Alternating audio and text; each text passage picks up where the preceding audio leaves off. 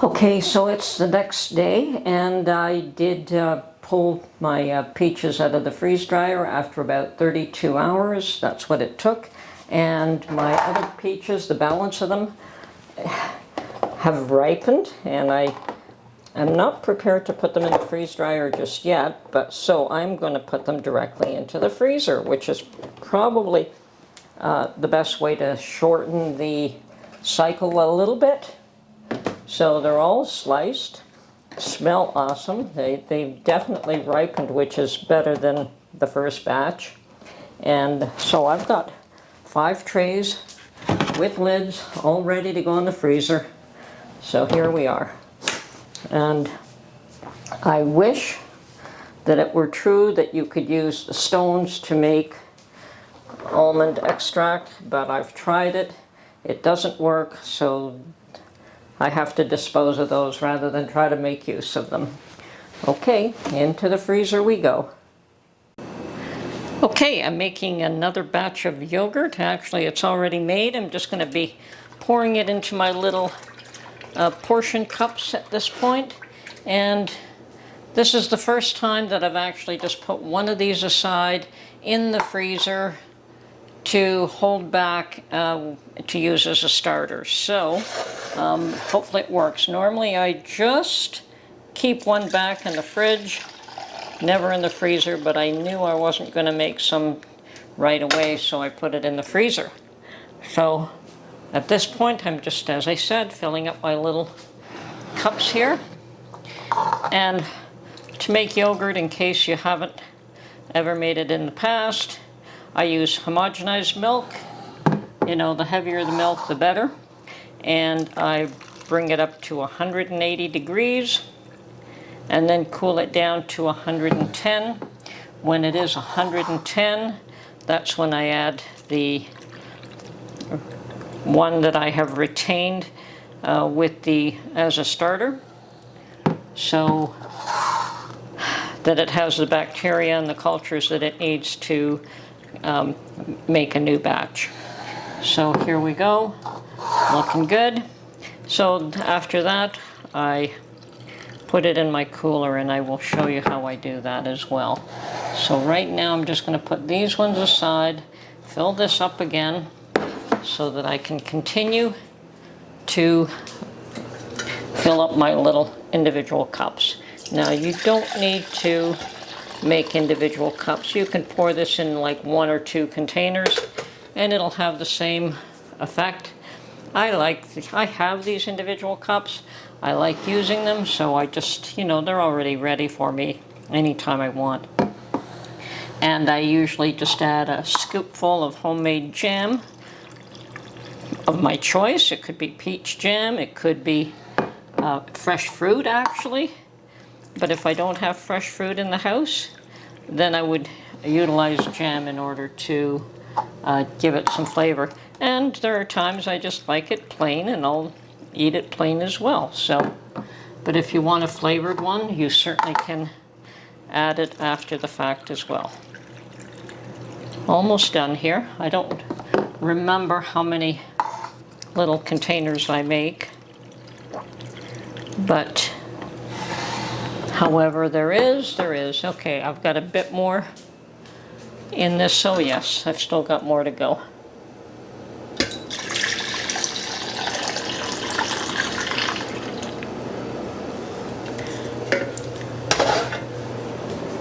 Perhaps I made a larger batch this time around. That's quite possible. So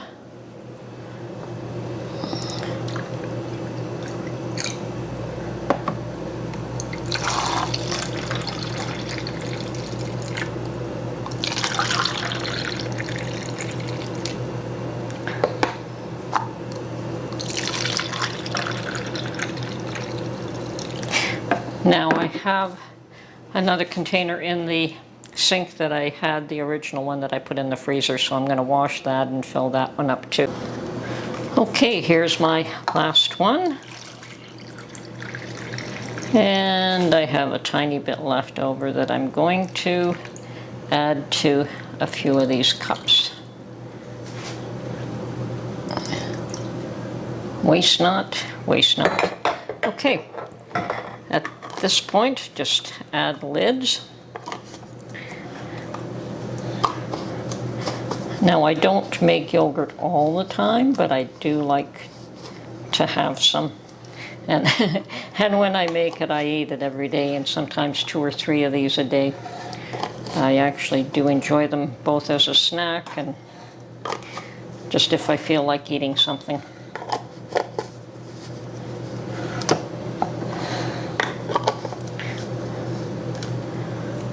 Okay.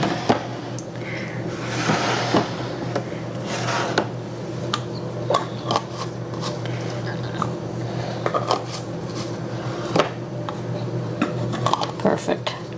I have all the lids. I wasn't sure whether I had them all, but I do.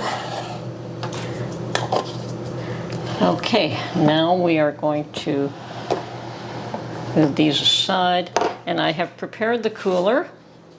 Okay, and all I've done to prepare the cooler is I've put 2 mason jars of hot water in this cooler, and now we're going to load up all these little containers in there and let them sit for about maybe 8 hours or so in this cooler.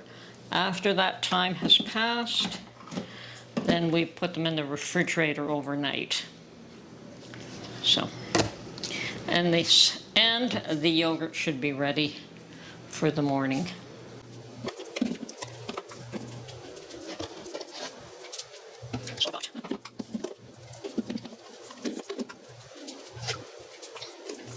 So I've got 3, 6, 9, 12, 14 little containers, and I likely will put one of them aside again in either the refrigerator or the freezer if I decide that I'm going to make yogurt again very quickly.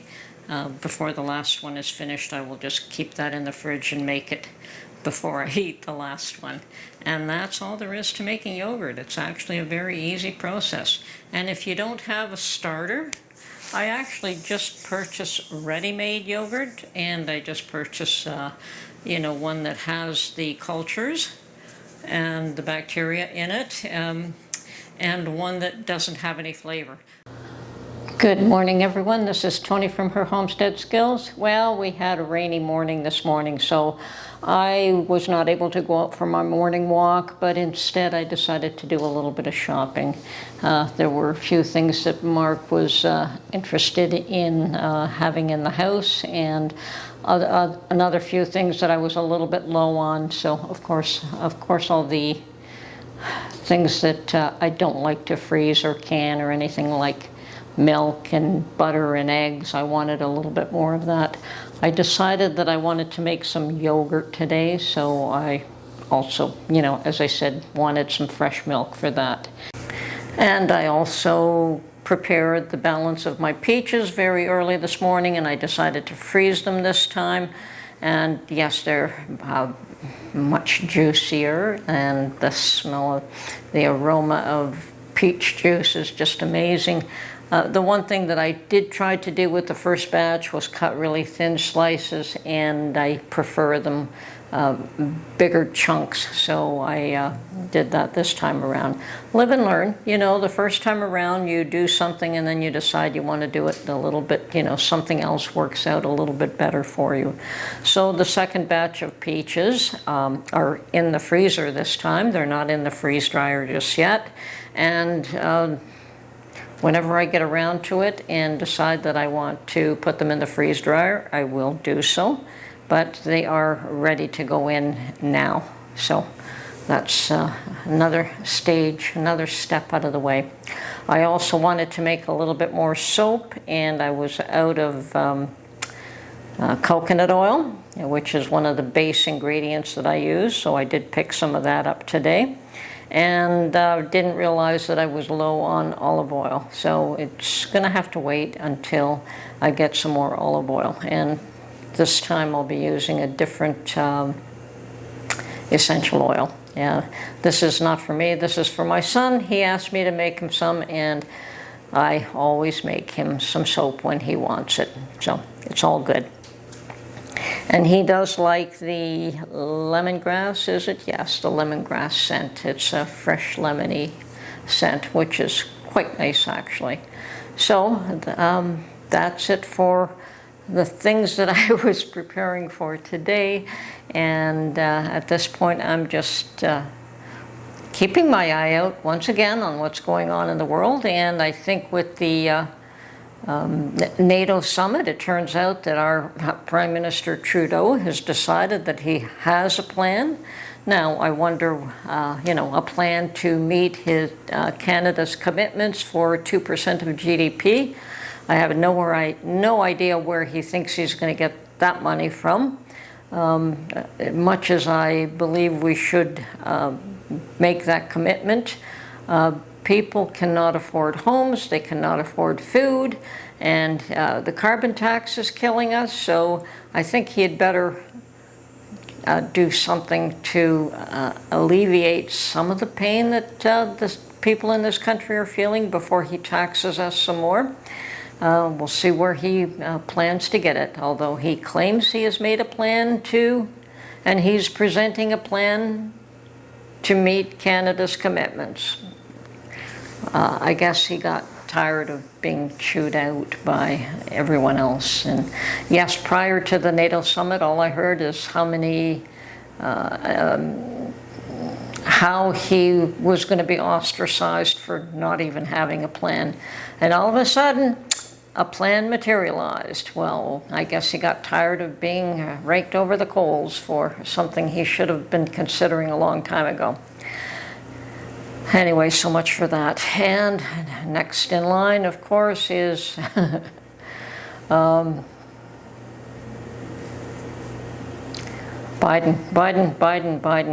What do they say? Keep your friends close and your enemies even closer. And I think that person, that individual, has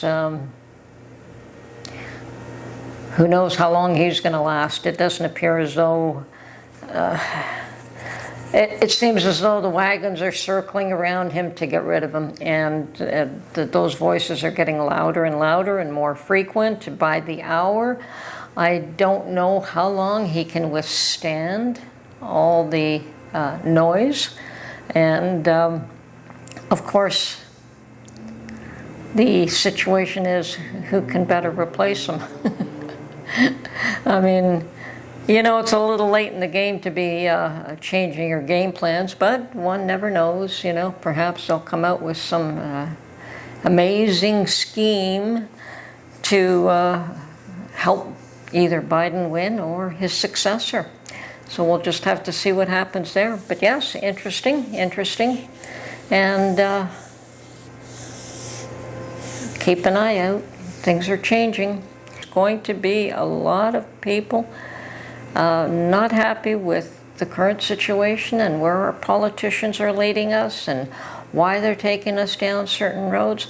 Personally, I think they haven't got a clue what they're doing. I think they're trying to do whatever it is they feel might be the right thing to do, but I think they haven't got a clue, and every move that they make is worse than the last one. And unfortunately, they're not listening to the right voices. I think that you really have to start at the grassroots. Start with the farmers. What do they need? And then start with small communities. What do they need? And then the larger communities, whether it's the big cities or and states after that, before you get to your national, because everyone knows what you need in your own home in that small unit. And if these people aren't listened to, if the small family is not supported, if your farmers are not supported, if your industry is not supported, everything's going to collapse. I mean, sooner or later, we have not seen the end of the damage that has been done from COVID. COVID could have been just the start of what they can do to you. And I don't really see things getting any better in the short term. And in the long term, it looks pretty frightening. Not to scare people, but I think that you should still try to look after your own interests, try to prepare while there's still time, stock up, learn skills, learn how to make yogurt, learn how to make soap, learn how to can if you don't know how to can yet. Pick up some supplies, pick up a few cases of mason jars and a inexpensive canner. There are inexpensive canners on the market, and canning is one of those first things that you should learn and can learn, and it's very easy and is not expensive. I mean, a canner in Canada, okay, it's a little more expensive than it is in the US, but I think, you know, if a couple of cases of canning jars and a canner, you can pick up for a few $100s, so it's not a huge expenditure. And if you're smart, you can go to thrift shops and find some of these things at a much lesser cost. A lot of my mason jars are older ones that I picked up at thrift shops because the price was right, and then of course they got crazy. They thought that the market could bear higher prices, so the prices were a lot higher. And now I find that they sit on the shelves a little longer because, you know, you can buy new for the same price you buy new. So thrift shops are going to have to learn, and they are starting to learn, to bring their prices down. They sell at what price they believe the market can bear. So they're really no different than anyone else. Even if they get these items for free, they are, most of them are a for-profit, I guess. Certainly Savers, which owns Value Village, is a for-profit organization, whereas Salvation Army is more of a charity, and because of that, they don't have to charge tax, which is really nice, especially in Ontario, because we pay 13% tax on top of anything we buy. So I really enjoy buying things from the Salvation Army thrift stores when I can, when I find something there that I like. They're smaller, they're not quite as well stocked. Well, I understand that Biden has another opportunity to show that he is the man for the job, and that the party should support him. Although I think that that is becoming a little bit more treacherous for him as every hour passes. And every move he makes, every stammering that he does, every walk that is a misstep, every word that is misspoken, all of these are going to be scrutinized to a much greater degree than what they have in the past. And can you feel sorry for him? Well, I suppose you can, but on the other hand, they all knew what they had when they put him there. They knew 4 years ago what kind of shape he was in, and he's just deteriorated very, very quickly in the last year, and they can't hide it anymore. So everyone's scurrying around, covering their own back. Like the media is the one that kills me the most. They were the ones that, oh, no, you guys are evil for saying these terrible things about Biden. You're wrong. You're conspiracy theorists. You're just despicable, and you're racist, and whatever terms they could come up with. And now they're the ones with the loudest voices to get rid of them. And they're just covering for their own misdeeds and for their own hiding the fact that there was something wrong. And whatever it is, it is. I mean, it's perhaps he should leave the fray, but I think if his son was in a better position legally, he probably would. Personally speaking, I think that's a lot of what makes him hang in. And I guess the thing that I find the most ironic is that everything that they tried to do to Trump has reverted back to them. Life has a way of catching up with all of us. The harm that you do reverts back to you. The good that you do hopefully does as well. You know, sometimes it may not feel that way, but, and sometimes the harm that you do, you seem to be able to get away with it year after year, day after day, month after month. But at one point, it all comes back and hits you square in the face, and that's what these people are dealing with today. Anyway, this is Tony from her Homestead Skills. I think I'm going to go put my peaches in my freeze dryer right now and call it a day.